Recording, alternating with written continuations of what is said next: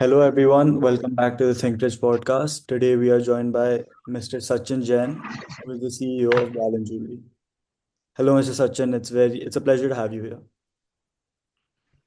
Thank you. I'm glad to be here, and hello everyone. And it is a nice experience to be here, connecting with you all. Okay, so Mr. Sachin, the first question I have for you is, can you tell us who you are and what you do for work? Well, I'm Sachin Jain, and I am CEO of Gallant Jewelry. Gallant Jewelry is one of the leading manufacturers and exporters for the silver and gold jewelry. And we are working with a lot of TV networks and other types of retail stores and brands, etc. And it has been a long journey so far, and still a lot more to do. Yes, Okay. and I'm from Jaipur. Hmm. Okay. So, what led to Yeah. you to choose your current stream? And when you joined the stream of jewelry, what did you always keep in mind?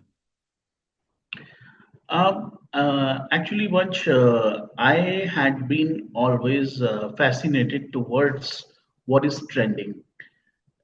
So when I was coming of my age, I had a couple of things to choose as a career, and one was maybe fashion, getting into clothing and apparels or something, or it was jewelry, which is much more luxurious and glamorous term. So finally, I landed into this field. So this is how I came up, but because of my fascination, my eagerness, my keenness for what is trending has brought me to this field. And what's one thing you always kept in your mind when you joined this business? When I joined this business, Something you early, stayed true to. I mean, excuse me. Something you stayed true to, something you believed in when you joined this business.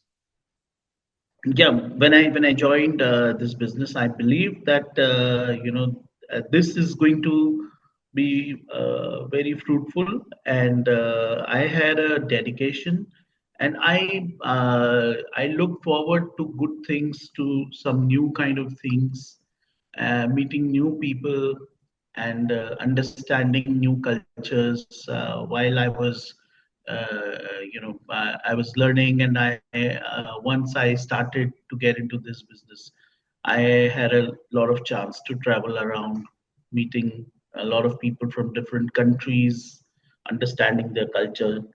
Again, that is one of my uh, interests, to meet people. So uh, this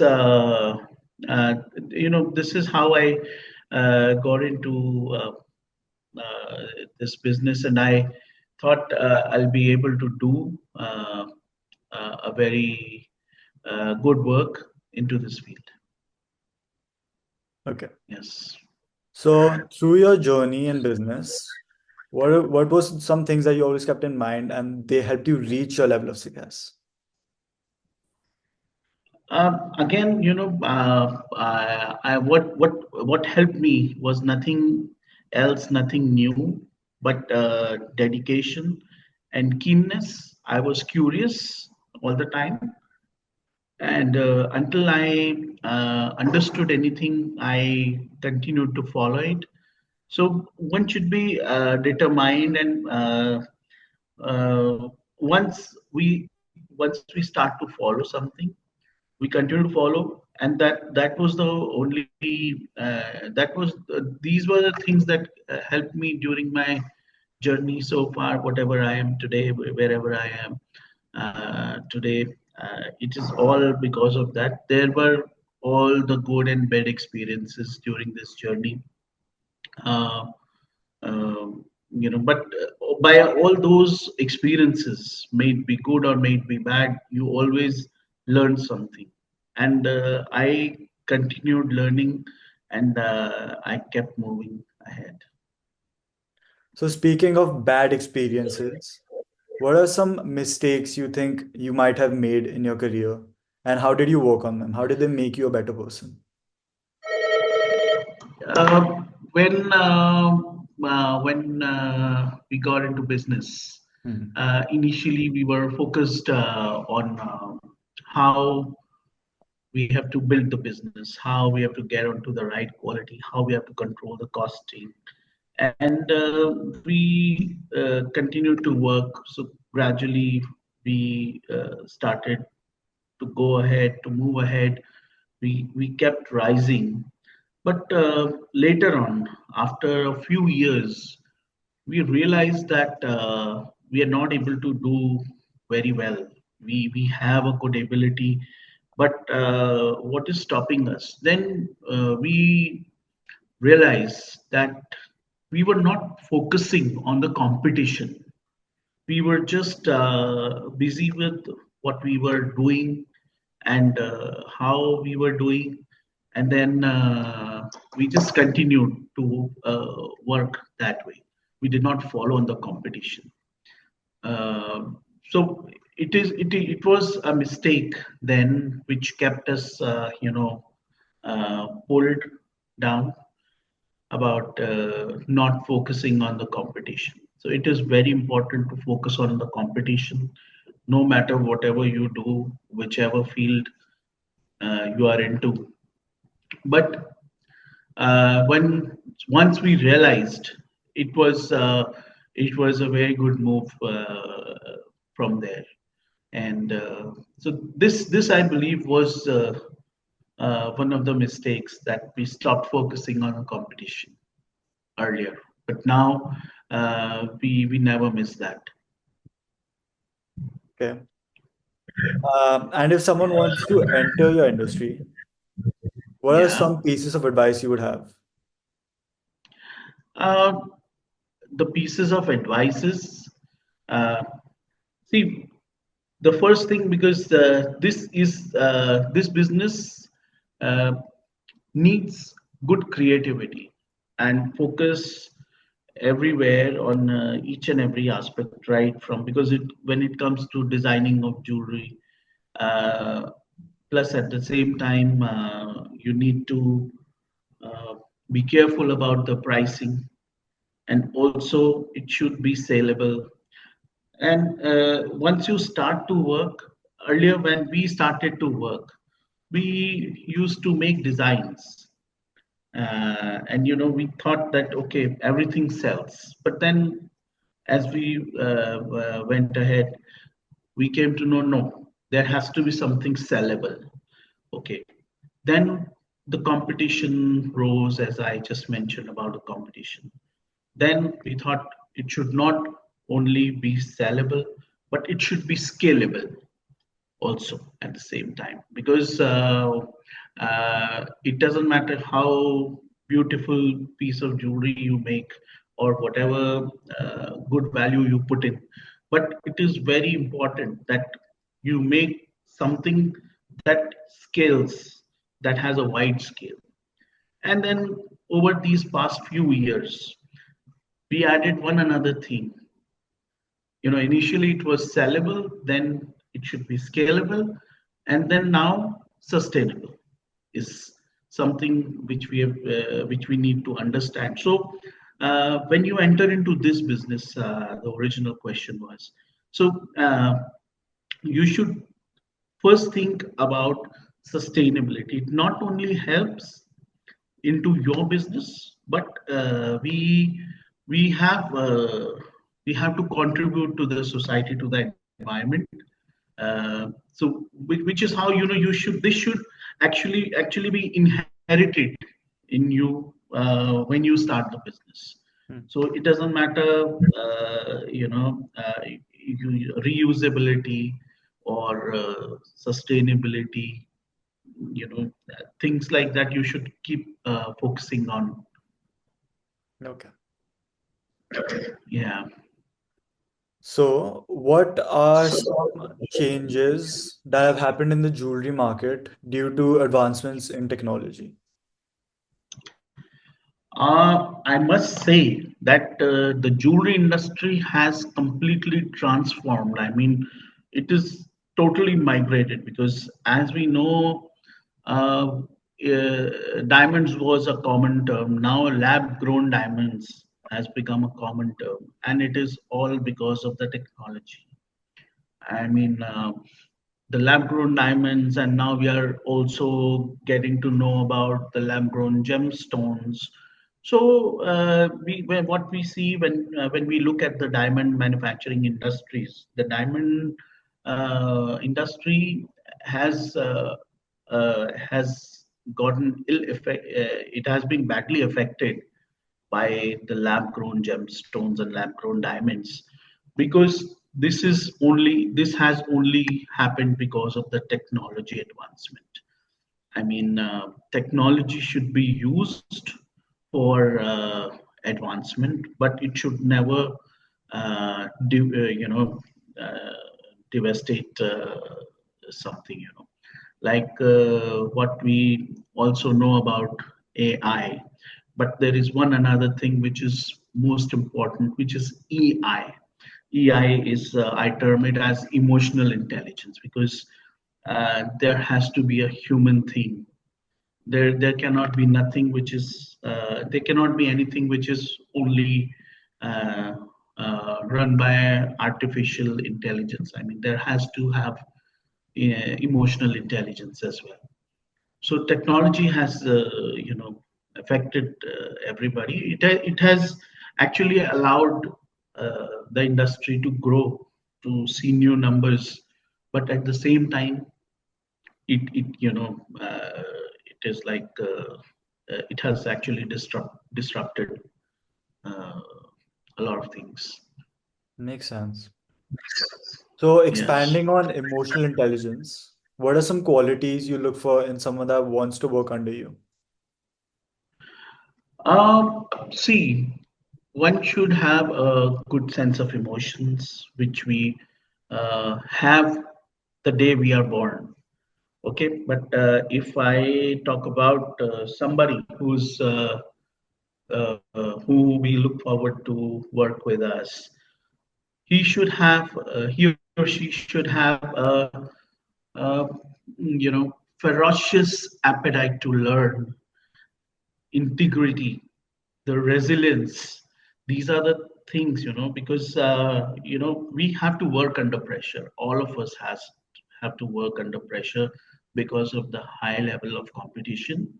We cannot just lay back and wait for the things to happen on their own, but we have to make those things happen ourselves.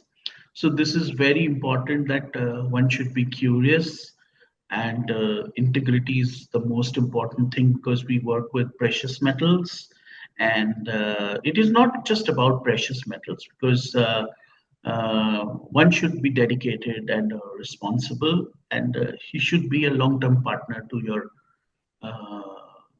company. And yes, these are the basic things that I would look into a candidate. Okay. So, how do you look at money, even at your financial stage right now? What are some things that our audience, which is mainly students, could follow to become financially responsible? I mean, if we talk about conventional methods, conventional things, those are the things, like we have come up, we have been brought up into a family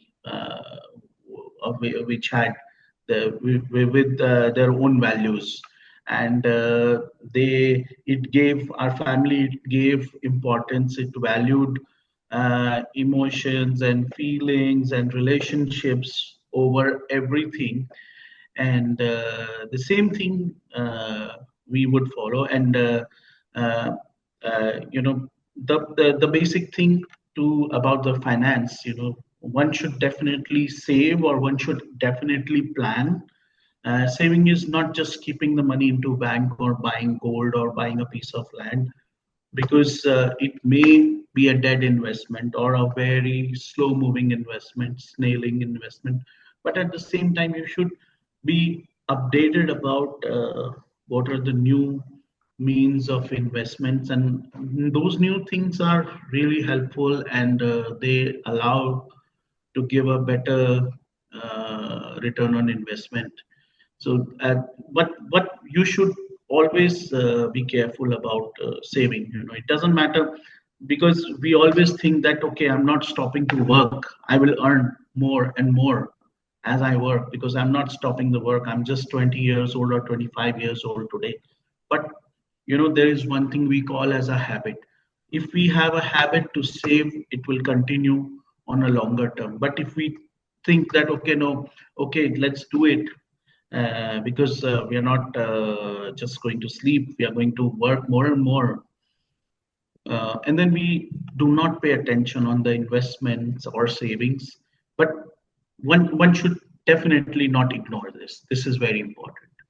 I feel so happy today, because if I see there was an investment plan, my father did for me when I was maybe, like uh, my I maybe like 15 years old, and now I see a big sum of money coming into my account. It is a feeling of great happiness. I just can't, because and my father feels very happy for me. I feel very happy, not for the chunk of money, but then it is just about, again, as we spoke about, valuing relationships and feelings and emotions. Okay. So, from when you started out as a young and motivated businessman to a seasoned and experienced businessman, what would you say the difference between the two is mainly? Focusing on the goals you had back then and focusing on the goals you have now. Again, if I looked into myself, let's compare myself what I am now or 20 years ago, or let's suppose 10 years ago, I see a lot of difference between myself 10 years ago and 10 years from then. Because we grow, and there is a spell of 5 years or 10 years. We sum up our experiences and we change our opinions. So it takes a spell of 5 years or 7 years. We keep changing our opinions, and the same thing happened to me, but it took a little longer, because in last 10 years I have become more mature, more seasoned, and better decision maker, rather than what I was from my 20 years of age until the 40 years of age, 38 years of age. So those 20 years, I actually had only one thing on the mind, that okay, just we have to work, just we have to work. And we did not actually pay much attention to the customer needs or helping the customers. We actually did it quite uh, from the surface, all on the surface. But when we get deep into it, you really see there are better results, and are able to uh, you are able to work in a better manner. And we look at growing ourselves. When we look at growing our company, let's say that we look at uh, we look towards growing our company. The growth of the company means the growth of the turnover on the major. So if it is uh, if we focus on our customers, on the partners that we are currently working on, we don't need to reach out to many more people. Our turnover, our company can grow by 30% on itself. This we realized 10 years ago, rather than because earlier we used to think for getting new customers, like meeting new partners, making new partners. But then maybe because we have a good bunch of clients today, so that's how I think we are we have come to this decision, or we have come to this conclusion, this understanding that okay, we need to focus on what we have. This can make us grow. very well. So there's a lot of difference between an uh, a newcomer or someone in the medium experience to a seasoned businessman. The handling of the things, the making of decisions has become completely different now. So it is not comparable. It is really not comparable. Okay. And our last question for today will be, Yes, if please. someone took all your money, fame, and assets and you were to start over, what would your foundation be like? What would you always go to if you had nothing to begin with again? Well, I would say that I will not be left with anything at all, because okay, someone can take away the material, what you call all the money, all the assets, all the finances, but something that is always going to remain with me is my experience, my ability to work, and how to work, my knowledge, all my experience of all these working years. It is something, it happens with everybody. We start walking, and then we start to slowly walk and run, and then we make a move faster. We run fast, we fall down, we rise up again, and then we run again, we fall down again, and then again we run. So this is how things happen. But one should believe in himself, that if I have a good experience, nobody is going to take it away from me. And my understanding, my what I call is, definitely there's a small period of time in which